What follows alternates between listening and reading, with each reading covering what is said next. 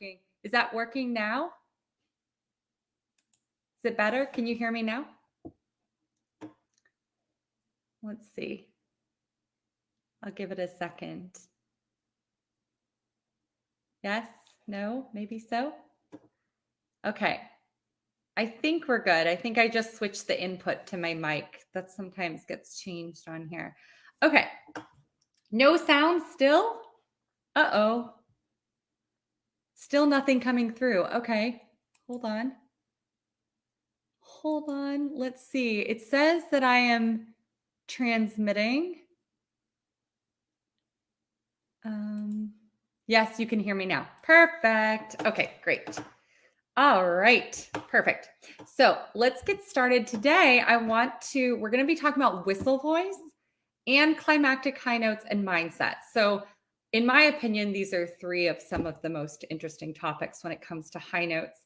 So I wanted to begin our session with a little look into the whistle voice. Some of you who were with me for the whistle voice workshop got to see this, but I know we have a new audience now. So I wanted to kind of introduce you to the whistle register if you're not familiar with it. And you might be thinking that that's just normal high notes, like normal E flats, Ds and stuff, but I think it's something a little bit more special. So let's just go ahead. It's better to, they say a picture's worth 1,000 words. Well, in this case, a video is worth 1,000 words. So let's just watch a little bit of this. Okay.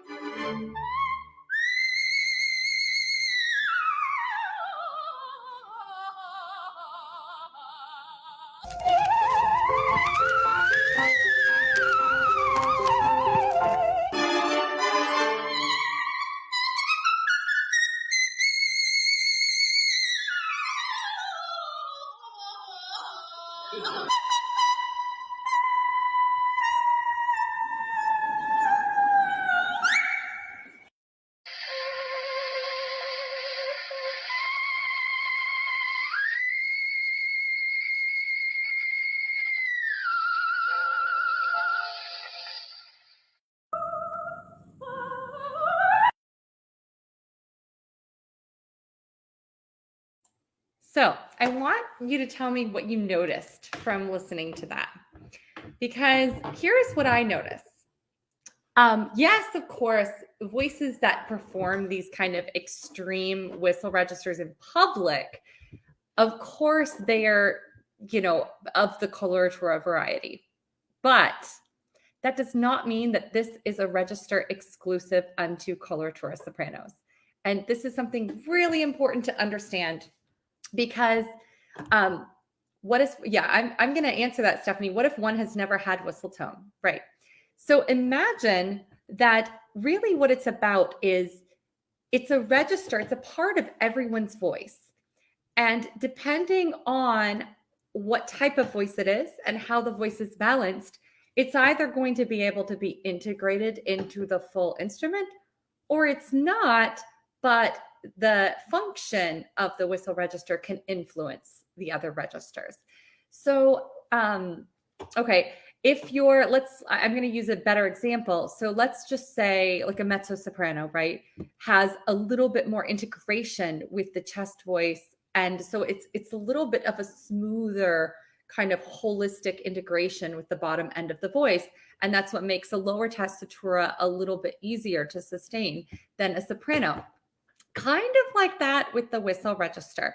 So it is a function of all voices. And I don't know if Tom's with us today, but I know Tom is a baritone and he employs whistle voice work into his own singing because he also sings pop.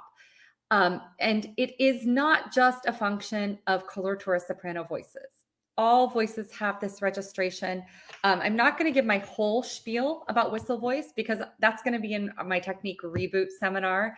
But suffice it to say that there are studies. We're not 100% certain what exactly happens with the whistle register, but we're getting a little bit more closer to understanding that different part of the chords is open and versus the closed part. So there is an actual physiological change in how the chords articulate, just like with chest voice and head voice. Okay, so lack of inhibition of this register. Note, I never thought I had whistle voice, but I discovered it in the whistle register workshop. Yeah. Okay, so I'm going to throw out a couple of little things that you can do to start to play around with your whistle register and see if you have this, because why I feel that the whistle register is very important for all singers to gain command of, especially if you're soprano or mezzo of any type. It's because it really helps the ease and the range in your upper extension. So let's just say you don't really sing anything above a high C. Okay, and you're like, well, why do I need the whistle register? Because it makes the overtones of the high C and the high B much more fluid, much more exciting, and also puts you in a position that you're not singing with the heaviest mechanism of the chords up there. So it is an important thing to explore. And a lot of people find that finding their whistle register is actually easier than they thought. They've just never kind of found it before, but they have access to it, especially if they've been singing well. They'll find, oh my gosh, I can make these sounds. I just didn't know that this was something that was real. And that's the experience that I hear a lot, is like, this can't be real. This is too easy. So the function of whistle register is that it is easy. It is so simple. It is unsupported. And let's see, I'll make sure my mic is up because it's not the biggest sound in the world, but it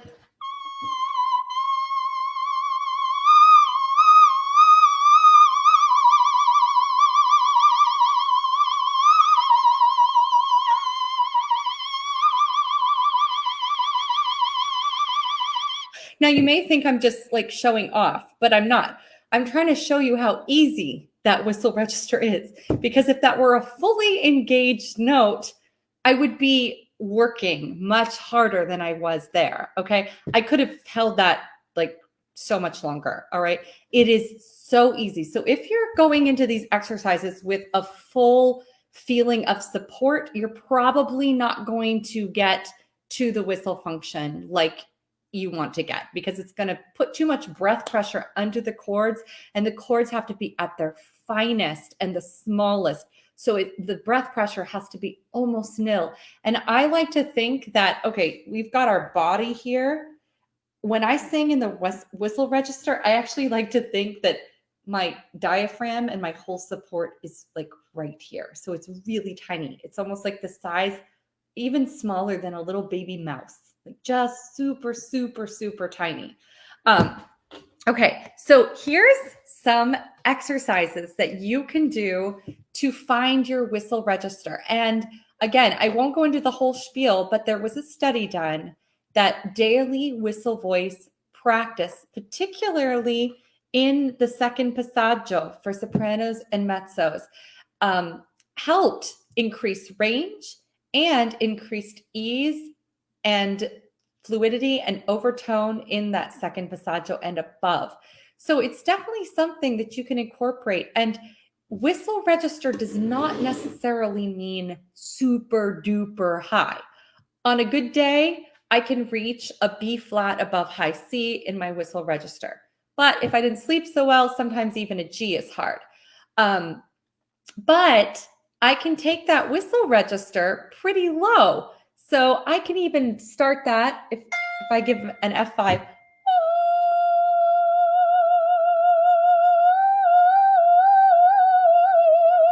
Can you hear that? So that's different than or even pure head, which is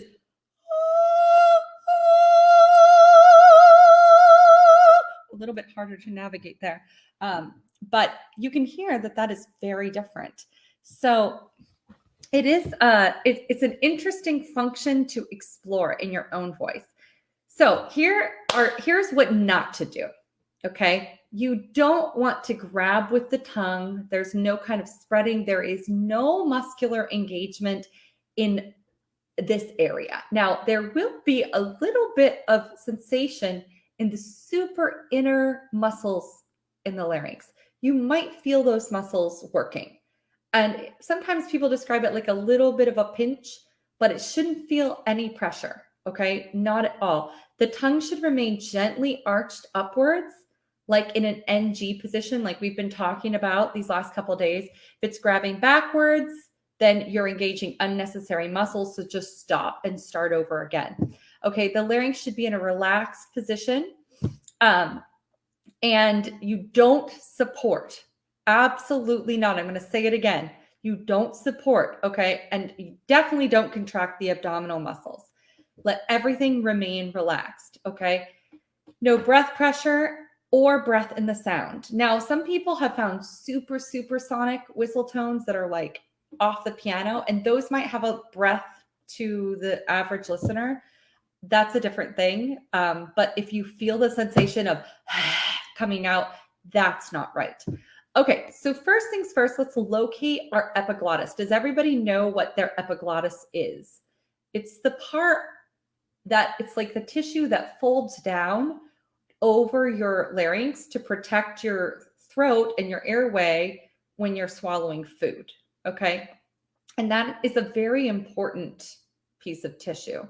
So we want to actually use that in singing. And particularly here, if you feel that space, if you go gulp, gulp, gulp, can you feel that? You say gulp, gulp, gulp, gulp, and then you feel that part, it's like all the way back there, almost like you're gagging.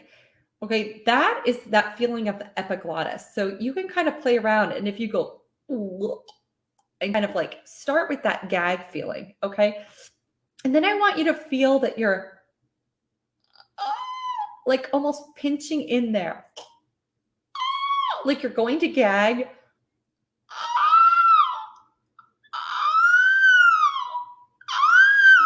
Can you guys just try that and see if you feel anything? I'm very curious. I don't want to move too fast, but there's a little delay in the chat, so I apologize for any dull moments over here. Okay, so you want to start with an inhale. Here's your next tip, all right? And I'll keep going and I'll keep my eye on the chat. You're going to start with an inhale on a higher but not super high pitch. Oh yeah, okay. Becky said, yeah, you got it. Okay, awesome. Freaking your dog out again. I can imagine your dog. So cute. Love it. Okay. So you're going to start with an inhale on a higher but not super high pitch. Like if you try to go for the highest pitch, like you just heard on those recordings, like it's probably not going to work out. So just try something easy. Like I don't even use the piano when I'm warming up my whistle in the morning. In fact, sometimes if I start with the piano, then I'm like psyching myself out. So you just want to feel that the glottis must remain slightly open to breathe in the air while you are trying to make a pitch. Okay. So you breathe in. Does that make sense? So you're going to inhale the pitch. All right. So I'm actually breathing in to make that pitch. And that's one way to find whistle voice function. So that kind of pitch that you're hearing is very similar to, so that one's out. This one's in. This one's out. This one's in. Can you guys hear the difference? You probably can't, because what you're doing is when I'm bringing in the air, the top of the chords are getting met with the air first, and that's the part that we want to make contact in the whistle register. So you'll actually feel that first, and if you don't put any pressure, yeah, that's okay, Stephanie. There's several ways we're going to get to this, so one of these might work for you. And if not, I will address that too. Okay, so that's one way that I really like to use is that inhale, because you find the ease of the phonation. Again, that's in.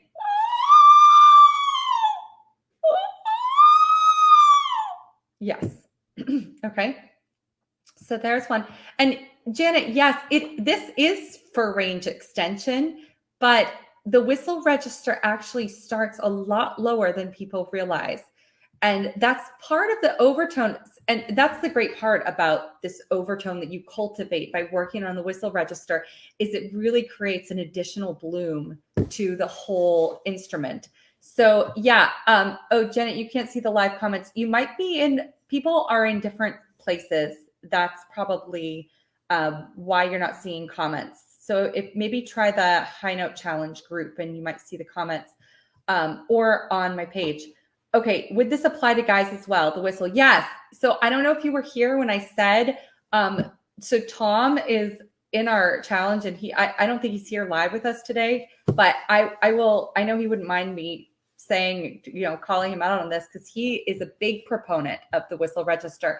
He's a classical baritone, but he also sings a lot of popular music. So he does incorporate the whistle register in his singing, and he believes that it's strengthens his voice, like especially his upper range. So yes, the guys have whistle register too. It's just going to sit sometimes in a different spot, although not always. There are like Dimash or something. He can sing, like he has like the biggest vocal range out of anybody or something. Can sing higher than Katarzyna Dondarska. Was that her that was singing like the C#7? Okay, I can still do much easier and higher inning than outing. Yeah, that's normal. So as your out function becomes like less, because the more breath pressure you use for that out, then the more the chord is going to engage against it. So really what this is about learning, when you're breathing in, it's harder to create the kind of breath pressure that you can create from, right? That's why I say I only think about managing the breath from my throat. It's literally the opposite of what you think about when you think of full-bodied singing. And that's why it's sometimes hard to compute in the brain, because it's like, okay, if I'm singing,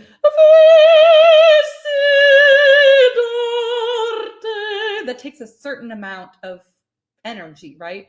But if you to go,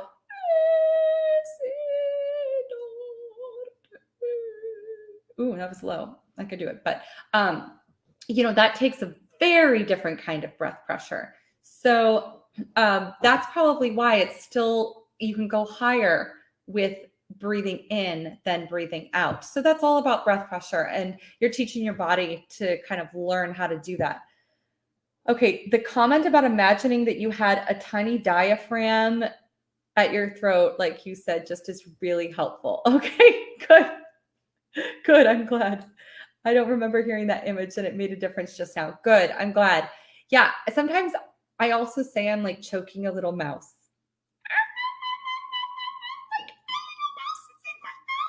Like that kind of sound. The sound that you hear kids make on a playground, that is whistle register. Okay, here's a couple other ways to try to find this if this is eluding you. I like this one because you can feel this relaxed vocal fry into the whistle register. The key is to be very gentle. So again, don't play a pitch, no pitch.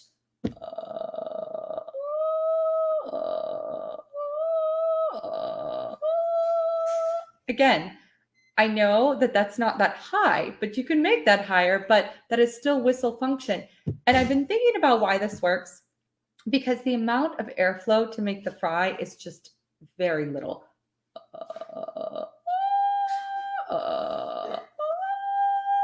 And I think about directing the sound here, but like no pressure. Again, just everything is here, but in a relaxed way. Okay, so there's no tension, none whatsoever. Sometimes when I go to like record my whistle tones, I start trying too much and trying to project for the microphone, and it's like, no. So you really, really, really just need to back off.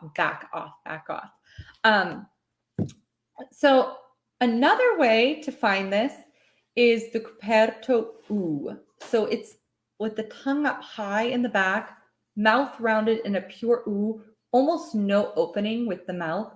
You think of like just a little pin.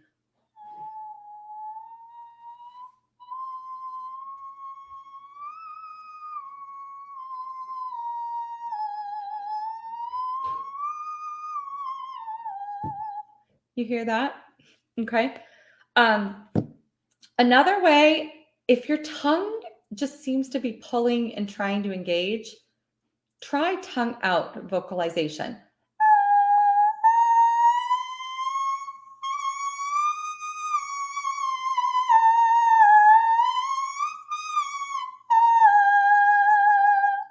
Be careful not to yank it too far, otherwise it's hard to make the pitches. Okay, but you want to make sure that it's relaxed and hanging out. Okay. And when you get this, I want you to just play around, just kind of like I was doing, like 5, 4, 3, 2, 1, 1, 2, 3, 4, 5, 5, 4, 3, 2, 1, in a very comfortable range. Don't even worry about extension yet. Just try to get comfortable with making those sounds. And again, when we're doing all of this, if you can think about that high French nasal position, like from The Little Mermaid, hee hee hee, ho ho ho, les poissons, hee hee hee, ho ho ho, that feeling, oh, that sometimes helps. Okay, Becky asks, would love if you could touch briefly on the difference between head voice and whistle tone. Yeah, actually, this is my next section. We're going to talk about head voice because this is about climactic high notes. And especially if you're, I'm going to say a fuller instrument. I don't want to say bigger because that just connotates something that maybe it's not.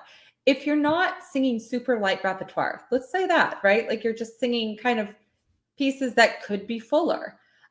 There's a lot of like full voice integration. And I do think that's important. Okay. There's certain instruments that really, really helps. So, nope, nothing above what I can vocalize to.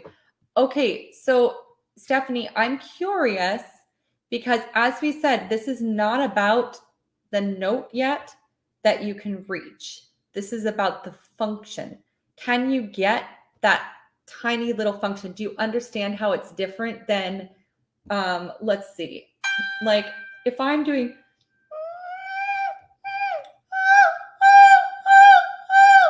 that's okay, that is kind of all head voice,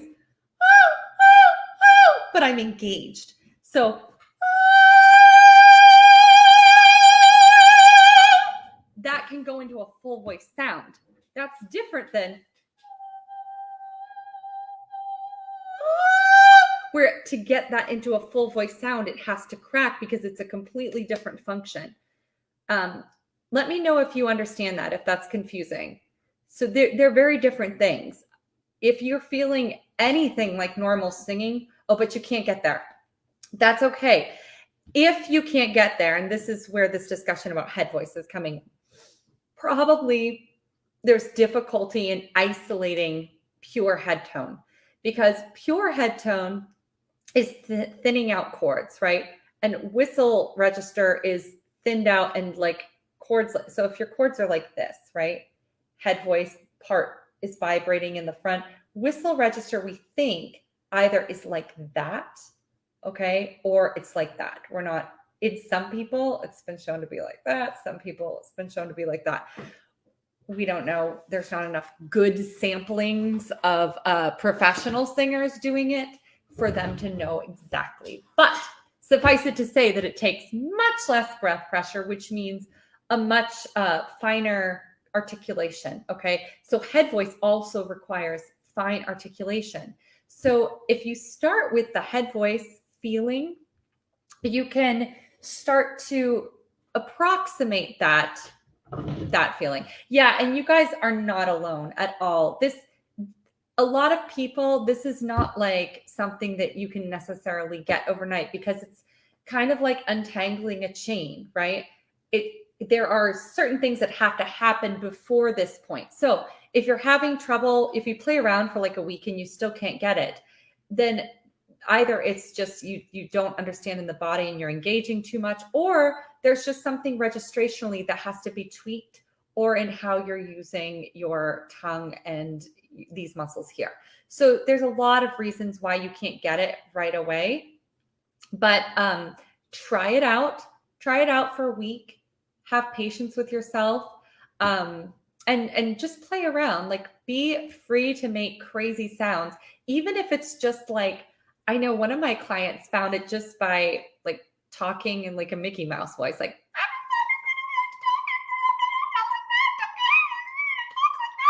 so that's actually whistle register, because the chords are approximated in the same way.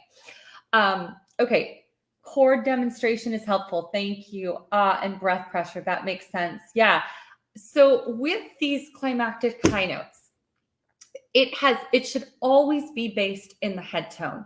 Now, we've seen some high notes on the stage where it's like, whoa, like, okay, they went for it, and that was a big, amazing high note. It was on the edge. Oh my gosh, were they going to make it? And maybe we even kind of lost something in the beauty of the tone.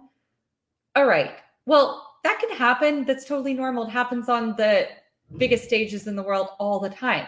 So I'm not knocking that, but we're here to like refine technique. We're not here to cast judgment on anything, right?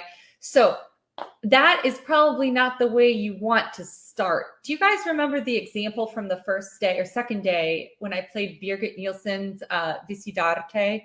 And when she went up to Signor, and she attacked it so easy, and it was obviously a full tone, but there was such light, like it was strung on from that lightest production, and then it bloomed, and then she was able to bring it back into the diminuendo to the G. That was fantastic.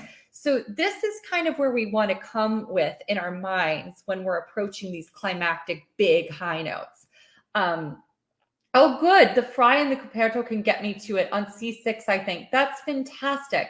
Again, it's not how high you get. It's how you get high. Will someone please tell me where this came from? I know I did not make it up. I know I didn't, so I'm not claiming responsibility for that. But yes, exactly. That's so wonderful. Okay, so climactic high notes, we've got to find this head voice. And this might help you guys who are having trouble with the whistle register. So let's just pick a comfortable note in what I like to call prepassaggio. And every person should know what their prepassaggio is, okay? So for sopranos and mezzos, it's going to lie somewhere between A flat 4 and C sharp 5, okay? Mine, I like to start to think that I'm turning over at an A or B flat. That's just me, but each person kind of has to find where that is. And why I use it as a marker is because if you're singing in full on like integrated middle voice there, and you're not starting to lighten up the function, you're not going to have as much ease in your second passaggio, and definitely not as much ease in your top. So that is a place, as you're looking at your repertoire and you're making your plans, that you always want to pay specific attention to. And sometimes those notes are like the most boring notes, but those are the important ones. So if we're here, I'm going to pick B, okay, B4. You guys can kind of join me on B4 if you want to go up or down from that. Feel free. If we've got tenors and baritones here, you can do that at like B flat down here, whatever you want, okay? Feel it out in your own voice. And you're just going to feel a very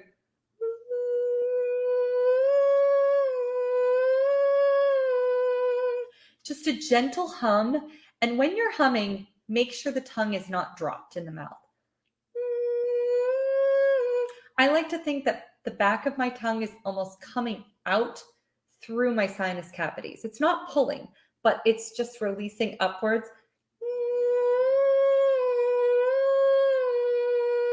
Right there. Can you guys try that and let me know what you think? If you're engaging too much and you're going, wrong, don't do it. Don't do it. Okay, that's engaging too much of the vocalis muscle. We want to lessen up on that. And who was it? Was it Betty the other day asked a wonderful question? Yes! Thank you, Sabrina. Thank you. Finally, we have, I'm assuming that's in reference to my, and I thought it was him because I was, yes, it's W. Stephen Smith came up with that wonderful quote. It's not how high you get, it's how you get high. Love it. Thank you, Sabrina. Now I'm not going to go crazy. Okay, so my tongue was way back when I first did it. Yeah, everybody's is. I don't know why, but it's just a thing. It's like we tell everybody to hum and everybody naturally does it the wrong way. So yeah. Okay, so this humming thing is really essential that you understand that. Okay, very, very thin sound, very easy. When I bring my tongue forward, brings hum more into my nose, it feels like, yes, exactly. And so when you've got this head tone, it is going to be more in the masky area. So I think Betty asked about how to engage the cricothyroid muscle, which is like responsible for what we call head voice. I mean, I am not a voice scientist, okay? I am a technician, but these like little discussions about terms here and there, I'm not going to enter and discuss with people about that, okay? Most people understand, especially singers. When I'm talking to singers, we know what head voice is. So that's who I'm talking to. Okay, so yeah, so the cricothyroid muscle is responsible for that head voice. And when we're doing something like this hum without this full body engagement and bringing in the vocalis muscle, we are exercising that muscle. Now, sopranos and mezzos, don't take this too high.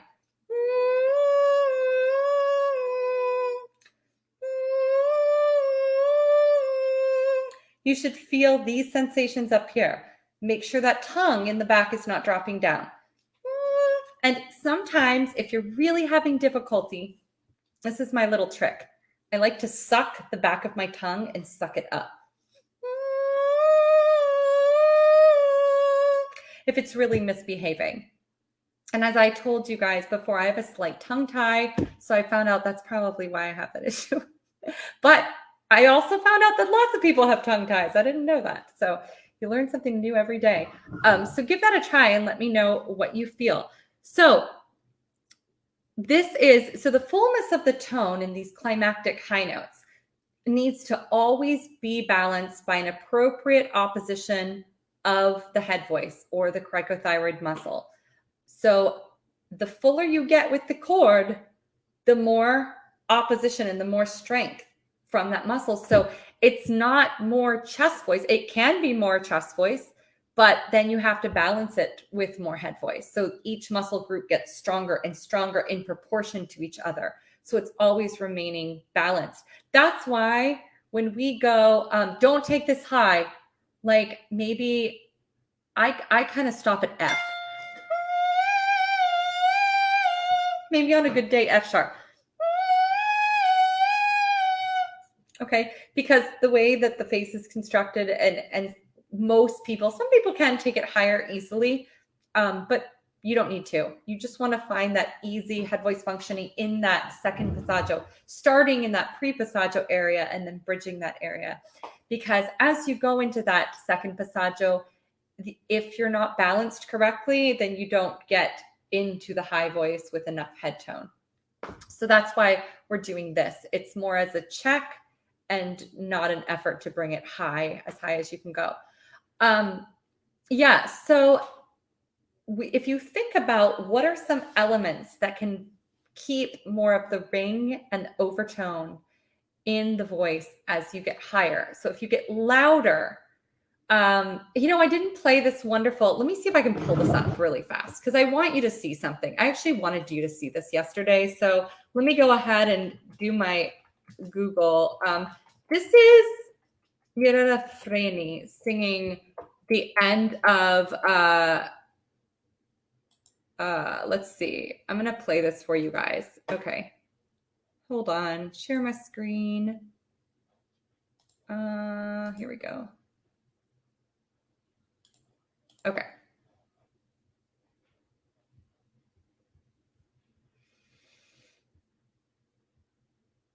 If it loads.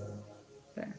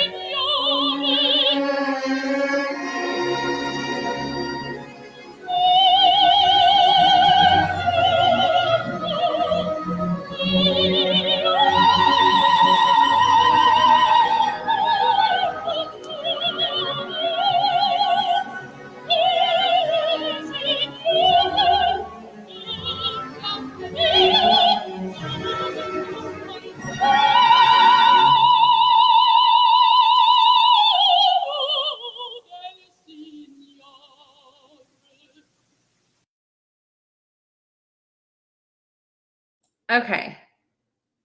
What did you guys hear in that? Or what did you see? What did you see / hear? I will tell you what I saw. It's like a one-way conversation. It's very sad. It's coronavirus times, right? Talking to my walls. Okay. So yeah. So what I saw was these A sharps, B flats, whatever they are. These are very climactic, and she definitely has a lot of core and a lot of chest in the sound, but she doesn't lose that upper resonance. And part of the way she does it is she keeps this engagement here. If you notice that when she goes meow, she doesn't do meow, right? So yeah, it's such a beautiful full. Yeah, I know, it's fantastic. I love her, and I love that clip. So nothing pushed. Yeah, sounded easy. So when you're thinking about managing those climaxes, you're going to think about beginning in the head tone. I like to think of this. You begin with that easy onset, and then you add more and see where you can go without pulling it out of position. So I have a little exercise for this. And this is adapted for, well, there's two versions. Okay, so if you're a tenor, bass, or baritone, you're going to use the word pensier. If you're a soprano or mezzo, you're going to sing signor, okay? And yes, this is adapted from Vici d'arte, so because everybody knows it, right? So you're going to practice signor, and you are going to practice cutting off on the top, and I will tell you why. Because you will be able to tell if you're too heavily balanced in the chest tone, but based on the way your cutoff is, okay? Spoken from experience. Okay, so here's the exercise and why I like this. I don't even know why I have these in. Why do I have these in? Okay, but I love this exercise because actually what it does is that nya gets the voice in that really like masky place. So as you're going up, you don't lose that. Keep in mind that you might have to be attentive to the vowel and that the back of the tongue doesn't pull back to make space. If you're singing signor, you might have issues pulling that back. If you're singing pensier, that's going to help you. Don't sing pensier if you are a soprano or a mezzo. Just don't. Okay. Sing signor. If you're tenor, bass, or baritone, you can sing pensier. Okay. So we're going to sing make sure that you've got almost that easily balanced head tone. It's got a little bit of support, so we're not completely pure head tone. We're not singing choir voice here. Sin would be choir voice. Sin, we're not going to do that because that's not a full tone. But that's the difference between whistle head voice and whistle tone. Can you hear that this one's a little bit more hooked up? And you hear sin.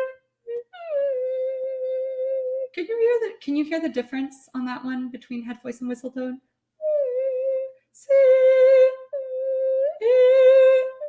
So now let's do the actual integrated one, but with a little bit more turn to the head voice. So make sure that this is here. Señor. So we're going to do señor, señor.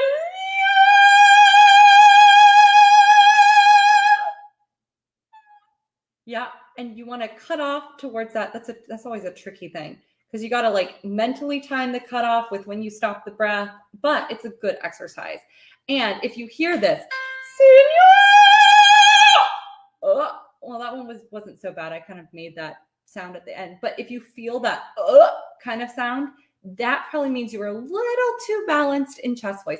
It's not the biggest deal in the world because we hear that on great opera stages every day of the week. But it's something you don't want to be the norm in your technique. So it's something you just want to look at, right? It's like, it's a little issue, but it can become a bigger issue if you're not attentive to it. So you keep taking that up. Really use that as you get up there. So that's a little bit tricky.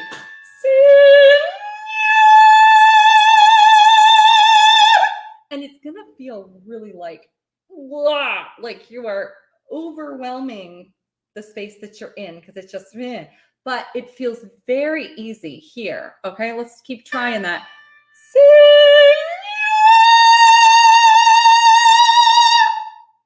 Okay. So what are you guys feeling? Anything? I'll keep it demonstrating. Okay. So as you get up super high, and this is really dependent on voice type, but there is a general rule. Okay. Resist the urge to spread until absolutely necessary. So each voice kind of has its spot that if you're going to sing a fully integrated note and not go into whistle extension, you will need a little bit of spreading. Okay. And that's okay. Like that is okay, but you need to save that for when it's really needed.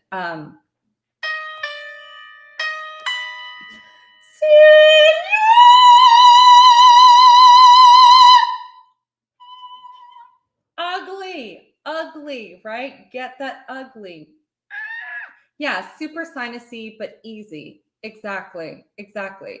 And so that nya, nya, nya will really help you gain that ability to counter with the vocalis muscle without feeling like it's throaty. This is nice and easy. I'm happy since I failed on the whistle stuff. You didn't fail. Listen, you did not fail. This is just like a step in the direction, right?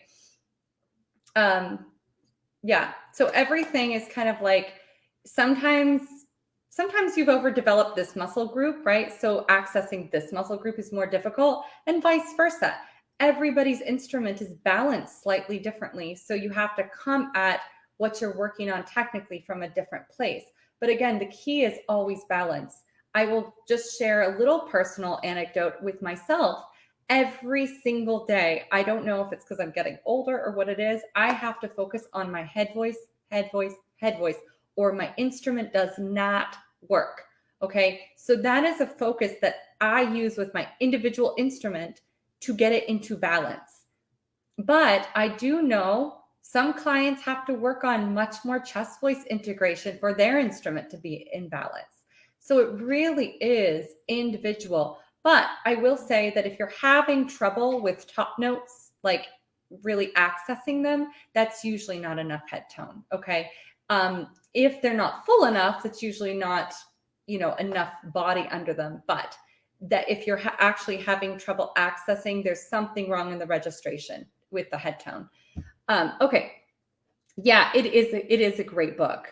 Yeah. That's I forget. I read that not too long ago. The Naked Voice we're talking about, by the way. Um, okay. Working with whistle before doing this really helped me avoid dragging up chest voice and pressure. Yeah. And that's why I wanted to start with the whistle tone, because I didn't want you engaging too much. Okay. Because that's sometimes a real tendency, is what you want to do is you want to bring up the chest tone. Does everybody know what, like, I did some bad high note examples the first day, but I want to maybe, I'm going to try to do this the best that I can. I want to demonstrate what singing a relatively not bad high note, okay, but maybe with a little bit more chest involvement than I want, feels like or sounds like to you and kind of looks like, right? I'm pretty good at this, so I should be able to do it. Okay. Let's try Senor, but I'll try like really. Okay.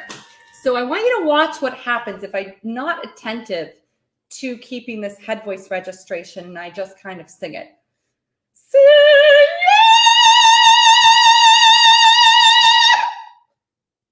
Okay. Yeah, it's passable on a stage. Totally. But is that ideal? Not really. Like, it didn't feel great. There were a lot of aspects that were a little bit too spread out this way for my voice, right? And you have to feel what that is for you. So if I do this one,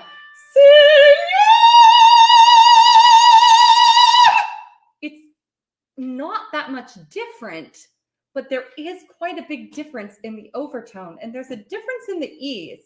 Now, I do have to employ a little bit more like corralling of my instrument. I won't say effort, but I'll say corralling, like a little bit mental effort to get myself to not do my natural inclination, which is just to go, right? Like let it all hang out. That's not everybody's natural inclination, but it's mine. So I do have to really like think and make sure I don't do that towards those kind of high notes. So you know where you're coming from on that, and you might, when you're balancing, these muscles are very helpful in doing that, keeping these engaged, not allowing these to drop, because if they drop, you're going to want to spread and engage more from here. So you're going to get this kind of look, rather than and to an untrained eye, that can kind of look the same, but it's not. And you can feel that it's not. It's very different. Yeah, clear. It's too heavy. Okay. Cool. It feels good, but I am being trained to keep connection with chest voice, so not sure if enough head tone. What? To keep connect. So not sure if enough head tone. I don't know what you mean, Janet. Yeah, it's, again, like, it depends where you're coming from. Like, if you are, let's just say you're used to singing chorally and like in a chorus, and you are used to this light high production, then yeah, you may need to find more chest voice connection, but that doesn't mean that you don't have a lot of head voice connection in the top. So there will always be that balance. The balance is the same for everybody, but how you feel it will be different depending on what your muscles are used to doing. Does that make sense? Hi, Gina. Yes, so much of singing is about these subtle differences that make a huge impact. Yeah, exactly. Okay, so now we're going to get to mindset, because this is important. And has any of you, like, let's say you're in a really great vocal place, like you're not having issues, really. I mean, we all have issues, okay, but like you're not really in the middle of some kind of technical overhaul. Things are working pretty well. And like maybe you just have a performance or a session, a practice session, something just is not working, and you maybe psych yourself out. There's a little bit of fear involved. What do you feel? Like, what are some of the things that you feel in your throat when that happens, when your mind kind of takes over? I know for me, I'll feel a little heartbeat in my larynx. I'll feel like a little bit of a lump, like things aren't wanting to relax. So all of these responses to our thoughts are just fear-based, right? Like if we have a certain kind of thought, it will affect the muscle. So it's very practical. I mean, depending on how deep you want to dive on the mindset spectrum, I can get pretty weird, but some people aren't into that, and that's totally cool. But if you just look at it really practically, your thoughts affect your emotions, and your emotions affect your muscles. So it's there in black and white. It's like couldn't be more plain, right? So you do have to deal with your mindset, even if you're not coming at it from a place of like, yes, I want to go on, some kind of retreat in the, I don't know, the desert of wherever. Okay. Tightness, high breathing. My tell is that I look down a lot. Oh, yeah, exactly. So we all have things that we notice. So it's important that you find techniques for yourself to address these issues. If they're constant, if you constantly have negative chatter in your mind, and like, let's be honest, singers are subjected to so much criticism, okay? So much crap, like everyone's throwing crap at us all day. And then we're expected to get up on stage and sing our faces off. Like, really? Okay, you go do it. Like, that's kind of how I feel, right? Like, you go do it. You want to talk us down, you go do it. So we have to find a way to sort of like mutate. What is the word that I want? Amalgamate? No. Transmute. There it is. Transmute. Okay. We want to transmute these feelings and kind of change our mental chatter. We're not going to change other people. We're not going to change how they react, right? People are going to say crap all day long, and you can listen to them or you don't, like whatever. If it helps, you listen. If it doesn't, bye. So here, some techniques that have been helpful for me. Obviously, meditation. If you don't have some kind of mindset meditation, mind clearing activity, for some that's journaling, for some that is sitting and breathing, for some that's going on a walk or a hike, something that will clear. For some, it's just exercise, right? Like my niece, she when she's upset, she goes on like a 5-mile run, and that's like her meditation. So it is what you make it. What has worked for me very, very specially is emotional freedom technique, EFT. And my EFT coach is fantastic violinist herself and a wonderful EFT coach. Her name is Jenny Clift. And I'll talk a little bit more about Jenny. But I just want to tell you one of the experiences I've had with EFT and the profound effect it has had on my physical apparatus in my throat. I just want to read this for a second. A helpful resource for this is Jack Plotnick, New Thoughts for Actors. Let me put this up here so people could see it. It's more for straight theater, but a lot of the affirmations can apply to singing. That's wonderful, Caroline. Yes, everybody write that down. If you're not in this particular group that Caroline's in watching, write this down because this looks fantastic. Okay. But I want to tell this story about what EFT did for me. And I was having, I've been doing it for many things for a couple years now. And not too long ago, I was just having this issue with my throat. Like, I don't know, it was tired, it was whatever. And I was in one of my coaching sessions with Jenny, and it was kind of a side thought. I'm like, yeah, I have to make this recording later. So, my throat's a little scratchy or whatever. She's like, okay, well, let's just quickly tap on that. And tapping, if you aren't familiar with emotional freedom technique, you tap on different meridians, right? And it attaches to different kind of energetic fields in your body. As we're doing this, within about like a minute, I felt my cords completely thin out. Like, it was like, how you can feel when your vocal cords are like bananas? Mine just thinned out in that moment. And I did a great recording session. It was super easy. But why I tell you this is because like the mind is really powerful. And I wish I could sit here and tell you why it works. I have no freaking clue. Okay. I have no clue. I have no idea why meditation really works. Like been a bunch of studies about it. But I do know that it works. So like, do we have to know why something works? There are some people that have to know why to everything, and that's cool. Like you can go find out why. But I do know that this works. And I do know that every great artist that stands up on stage has the ability to cut out the mental chatter and stay focused. So there has to be practices that we do not only as singers, but as human beings. We have to incorporate that into our whole life, because if we don't, we can't separate who we are. We get up on stage, we are that person that we've been all along, whether we like it or not. And if we can't justify those two, there's always going to be that disconnect.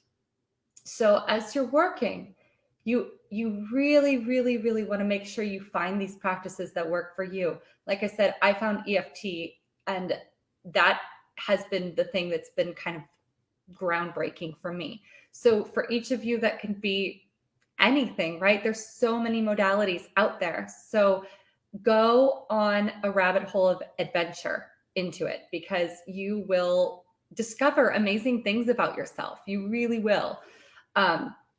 So yeah, okay. So that's my little pitch about, and the other thing I wanted to say, actually, these are more practical tips. Okay. If stamina issues are killing your confidence, like if you feel like you can sing something really well at the end, but then you put it all together and it's just going to crap, then what you have to do is you don't put yourself in that situation where you're just going to have that bad experience again and again. Don't do it.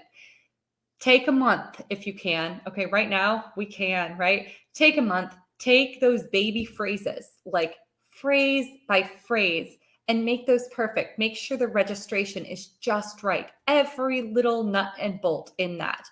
And the more you work that, you're going to gain confidence because you can handle those little chunks, and you're building in good muscle memory, and you're sending your brain feedback, I can do this. So breaking it down into those little chunks is really essential. And that keeps you from losing confidence that you cannot sing the piece, right? Because you're getting that good feedback from working on that phrase by phrase by phrase. Another thing that can happen, especially if you're transitioning to a bigger repertoire, or you are a bigger voice, and practicing in the upper range can be agitating on the nervous system. I've said this before. I really do think this is true.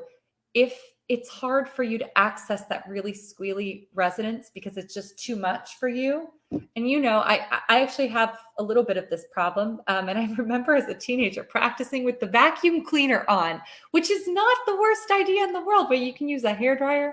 But another trick is you can just practice with your ears closed sometimes if it's overwhelming, and keep those good muscle actions happening. So do anything you can to help yourself, right? Obviously, there comes a time where you don't want to be practicing with your ears because, you don't want to like be up on stage and doing who does that? Mariah Carey or something? I don't know. Yeah, meditation can literally change your brain waves, DNA, etc. Read Becoming Supernatural by Joe Dispenza. Yes, I love this book, Sabrina. This is a great book, guys. Becoming Supernatural by Joe Dispenza is fantastic. Highly recommend. This is, again, going back to our mindset discussion. Cool. And here is Jack Plotnick's information for anyone to see. Cool. Okay. Yeah. So that is what I would say about all of that. And I really hope that this has been helpful to you guys, because it's been such a pleasure being here these last 3 days and helping you guys like level up your technique game. That is literally what gets me up in the morning. I wake up in the morning and I say, this is what I live for, to be honest. So I wanted to let you know a couple of ways that we can work together further. And these are really exciting. One of them is coming up very soon. one of the main complaints that I hear from experienced and high-level singers is the lack of support that they get when they're making shifts in their technique. Because sometimes, you're singing mid-career, you're on the stage, or you've been singing for a while and things just are a little bit off, and you kind of feel like there's not enough support. These are problems that beginning singers should have. And so there aren't those structures in place for this type of singer. So, coaching is wonderful, but it doesn't necessarily address the particular problems you might be going through. And master classes sometimes have vague advice and no frame of reference. So that's sometimes hard to gain help with. And voice lessons are absolutely wonderful. They are a must. But sometimes you need more than just a weekly or a monthly voice lesson. Sometimes you need new ideas, and sometimes you actually need daily support. So I created a very special program. We just finished about a month and a half ago. This was the first iteration of the Fearless Singer, which is a 10-week group program full of individualized support, and it's for advanced and professional singers. And it gives you concrete tools and techniques and support to break through vocal limitations by learning to expand and consistently sing with freedom in your upper range, increase your vocal stamina, and explore the full beauty and power of your voice in order to level up your career viability. We create a really, really safe space. This has been something that the women who joined me in the program, they said that it couldn't have been a better group of humans, because it really was a wonderful place to try out and experience support from me and from all the other mentors, and really feel the freedom to try and experience that. So while we are fixing our tongue positions, we are also healing some of these past mindset wounds and addressing all aspects of our mind, body, and spirit. And I really do believe that that is the foundation where we come from. So as you can see, I am very technical, but I also come from this place that you can't separate the human being from the technique. So this program goes very deep, and it's really not for everyone. It's for those singers who have achieved a certain level of technical understanding, but have the courage and desire to search for more. This program is for you if you're in the middle of a FOC change, or you're feeling like things are just not working in your voice the way that they always have. If you feel that you're stuck vocally and you haven't been able to break through to that next level, or perhaps things are working fantastically, but you just know that there's more to your instrument than is presently showing, and you want to have that experience of exploring it in depth. So this program utilizes a unique vocal mentorship philosophy in that no one person can dictate your truth for you. Learning to access your kinesthetic intuition and vocal discovery and expansion is the goal. The ideas, techniques, tools presented can absolutely be worked on in the outside world with other teachers and coaches.